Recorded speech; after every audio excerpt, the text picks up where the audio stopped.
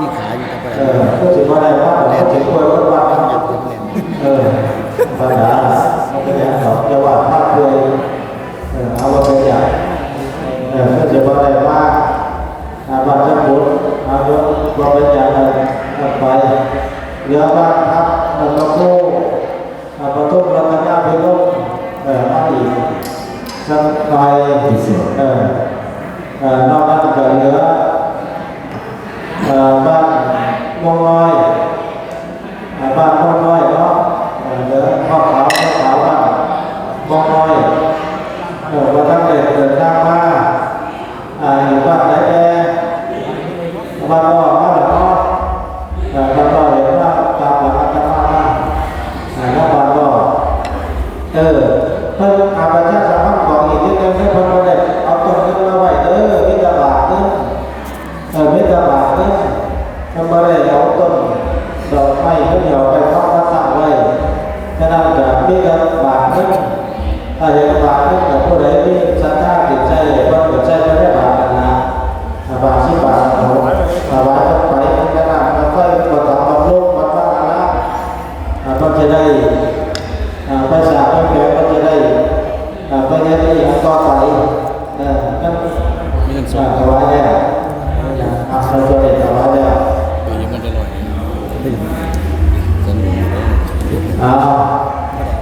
จะได้จะข้างนาวันที่5ขั้นชุดไทยของปีพุทธศักราช2568วันที่5ตุลาในเวลาช่วงบ่ายเวลา13 นาฬิกาแต่ว่าเขาบอกไปเรื่องนี้ทำไม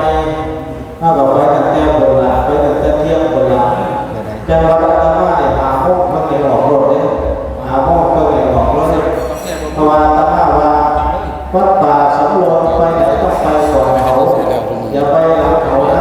ต้องไปก่อนเขาเราไปพี่วัฒนาแค่บอกว่านั่งถามว่านั่งอยู่หนาคนนั้นอย่างไม่รับไปรับของที่เรื่องไม่รับที่นั่งคนนั้นเนี่ยเพื่อเปลี่ยนเลยนะอาตมาว่าจะเปลี่ยนเลยวัดทั่วประเทศ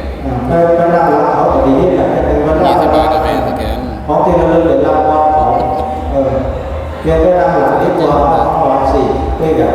แต่ว่าที่ทำว่าไหนก็ได้ทางสังคมเราไปนั่งหลังที่ตัวสแกนแล้วนั่งรับของที่เรื่องได้รับของได้ออกวัดเขาโอนมาได้เพราะว่าบ่มีเน็ตอยู่บ่มีเน็ตจะได้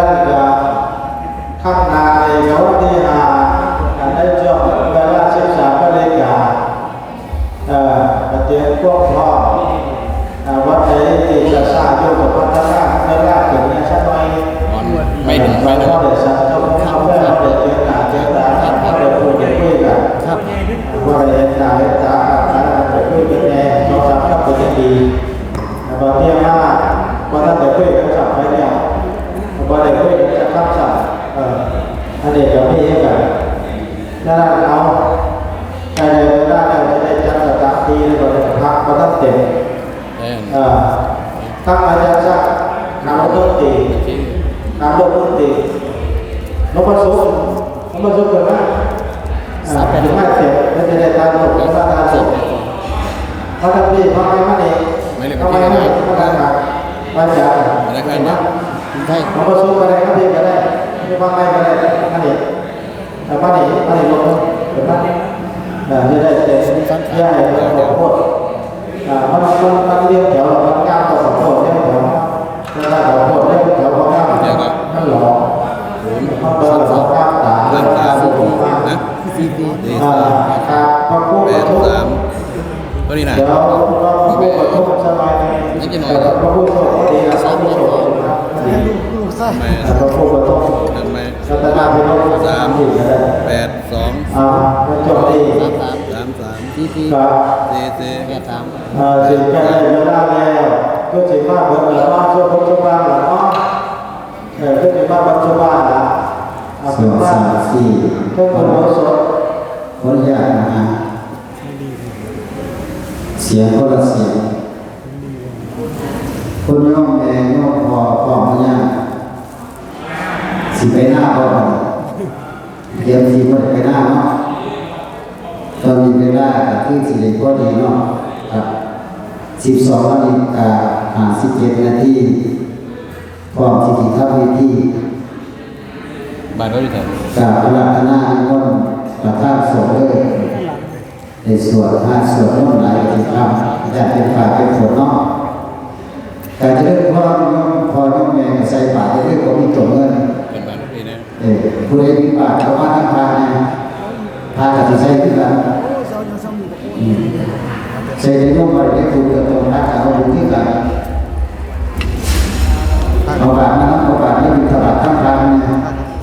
ซอยเดินการหนังคาเฟ่รอเวลาจะมา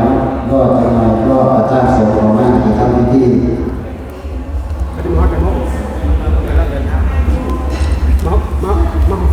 กับ